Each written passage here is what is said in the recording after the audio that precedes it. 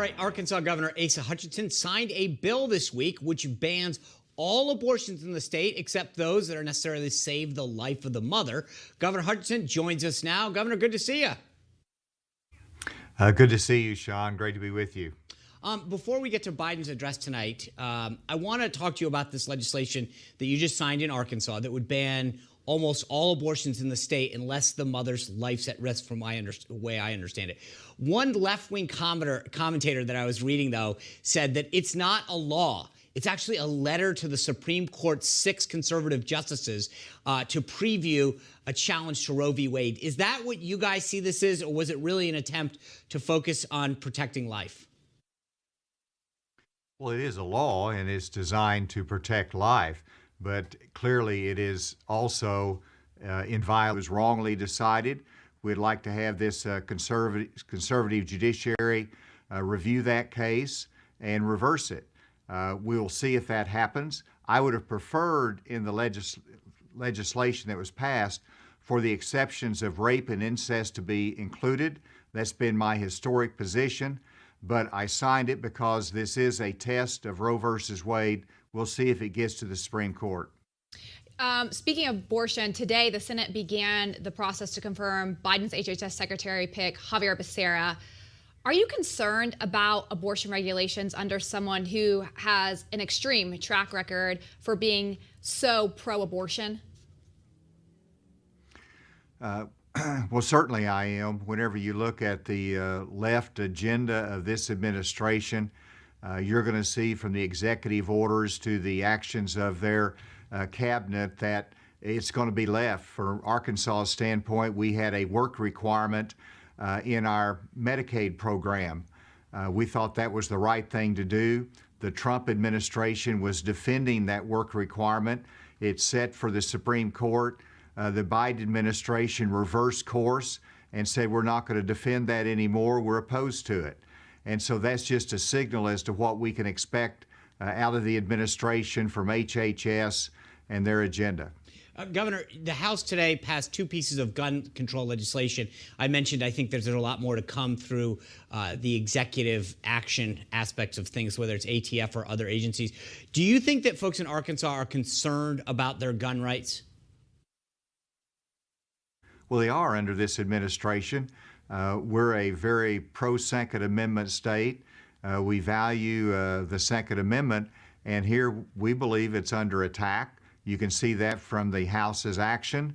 I think you have to be concerned about executive orders as well, simply because he's issued more executive orders in a short amount of time than any recent president, and you can't hardly keep up with them. From a governor's standpoint, we're having to watch not just what happens here in Arkansas, but what's happening federally, because there's a lot at risk, from energy policy to Second Amendment to education policy. And we've got to watch both what happens in Washington as well as what we're doing in our states. Governor, Biden has his first address to the nation tonight. What do you hope to hear from him? Well, I hope to hear a positive message.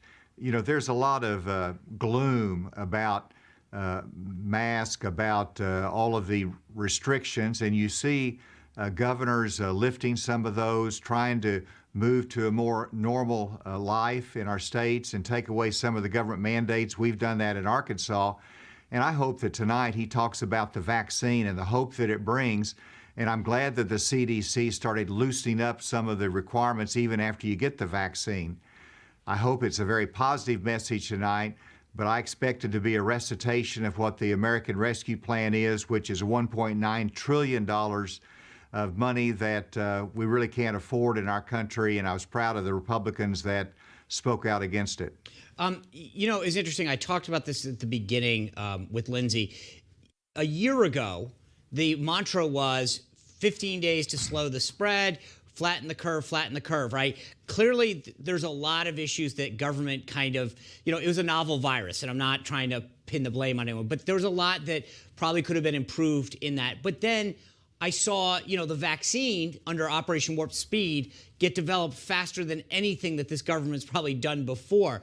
You've served in Congress, you've served in the administration, now you're a governor. Tell me, what do you think government's done well and what haven't they done well as we look back after a year? Wow. Well, one of the things that's been done well is the vaccine development.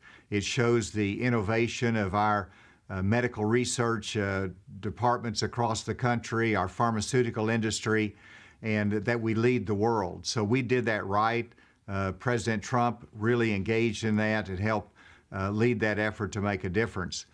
I think what we also did right was the partnership with the states. There's been a very good partnership between the federal government and the states in whether it's testing or vaccine rollout, the way that we work to try to control the virus. So those are some of the things we've done well. I think there has been some inconsistent leadership, but what we see, whether it's the Trump administration or the Biden administration, there's really a high level of commitment to get over this pandemic, to solve the problem, to support the states. There's some difference in philosophy there. There's not the same regard for the state, and the fact that they can lead this vaccination effort very well, that's a little bit of a difference, but both are very committed to end this pandemic. Governor, thank you for sharing your thoughts with us on all of these subjects. I appreciate it, and hope you will come back and join us soon. I'd love that. Thanks, John. You bet. All right.